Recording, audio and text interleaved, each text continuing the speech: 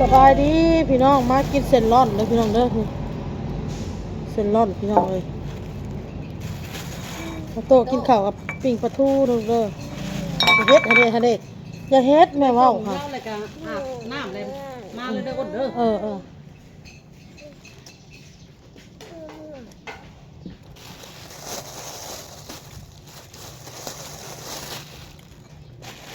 ไปกับอันนี้เนาะน้องพงสบายดีนะอดเนาะสบายพวกปัญญาสหพันธ์ทำอะไรอย่างเงี้ยอันนี้สบายป้อนข้าวโต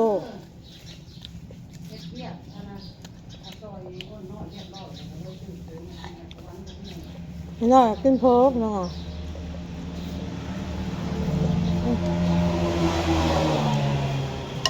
นี่กินอัน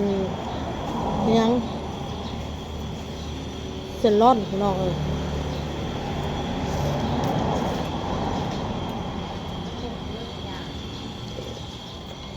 มันมีเวลาให้กินแลนพุ่นแลนพี่แต่เศร้าพี่น้องเลย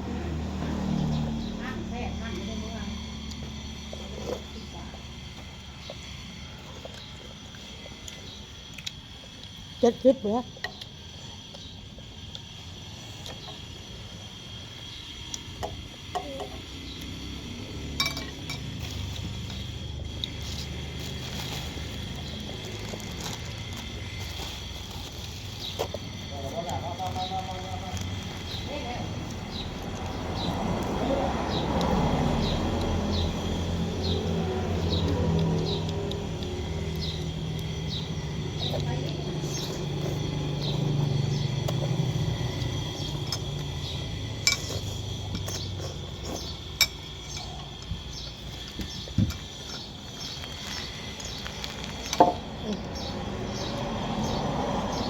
ติดอย่างไปก่อน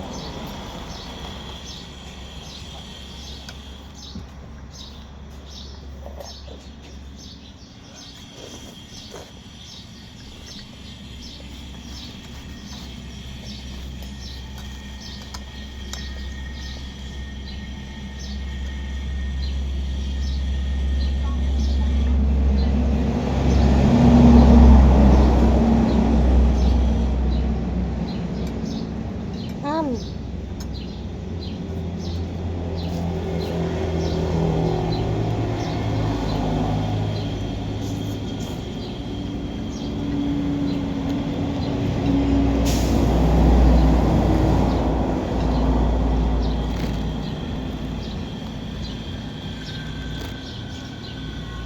โตกินเขา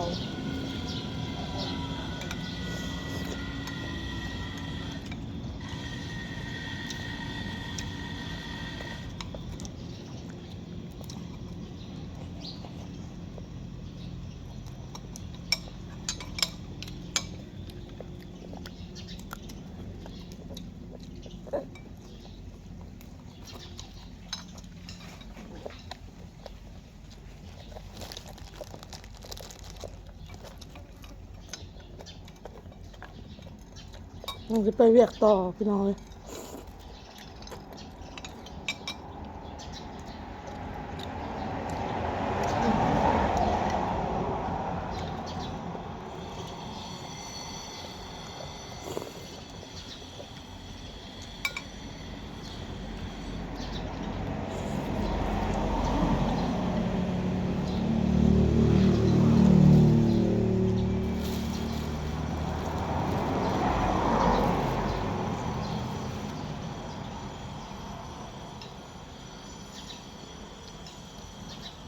ห้าม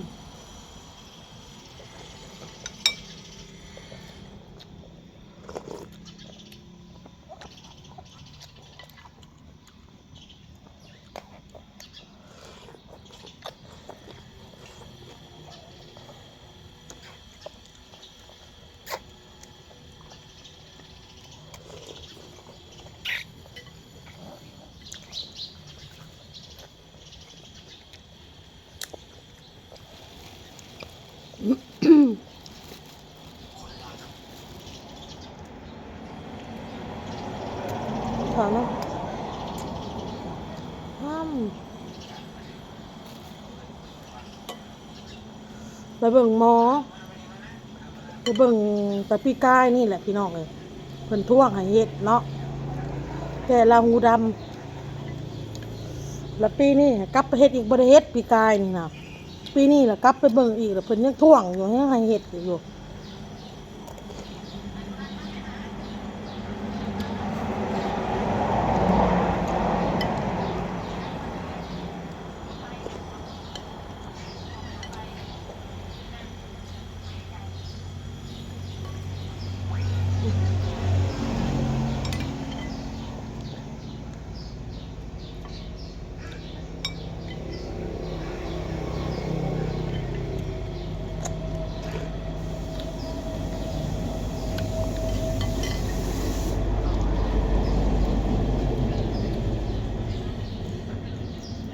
หลังจากเฮ็ดแล้วสิไปเบิ่งใหม่แต่เพิ่นยังสิท่วงคือเก่าบ่เพราะว่าหมอเพิ่นก็บ่ได้ฮู้ว่าเฮาสิเฮ็ดหรือเฮาบ่เฮ็ดเนาะน้ำแม่น้ำไหลว่ะมันบ่เห็นหยังเนาะมันกินคืออะไร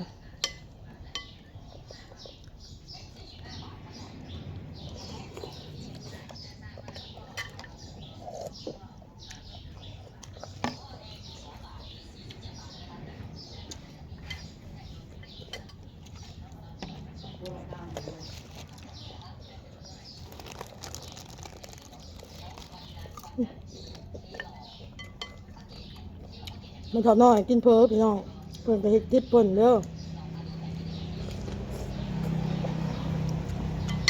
แกไปแกมัน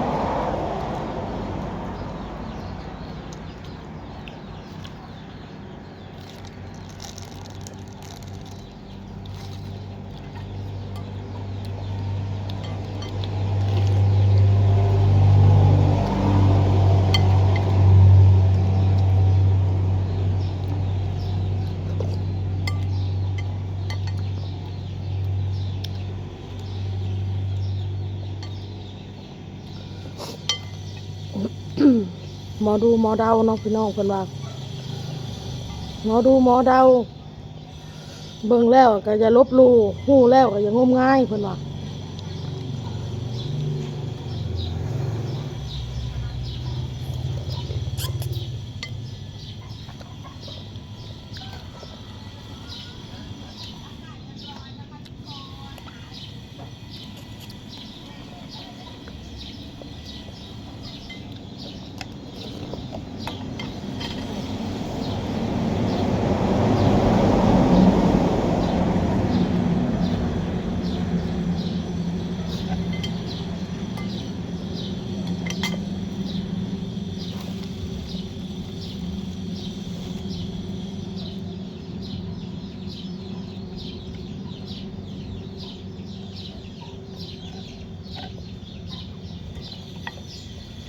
อันนี้กู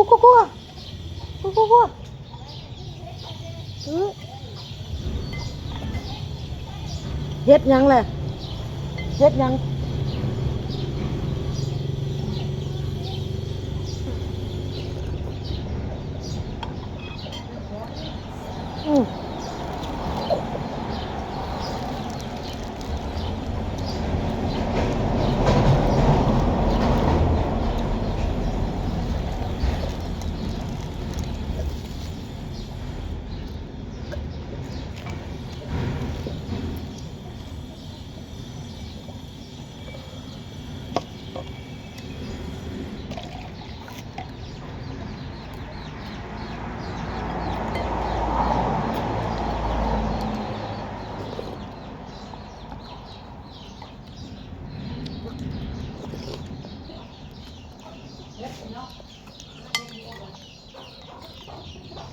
เฮ็ด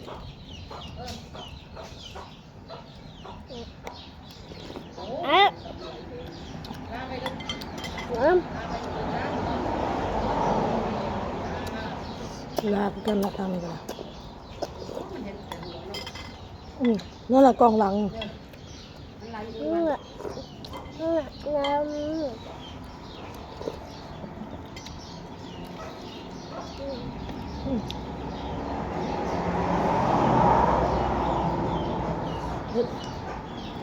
ลาละพี่น้องคลิปนี้ก็ได้พอกับคลิปหน้าจ้าสบายดีพี่น้องบ๊ายบาย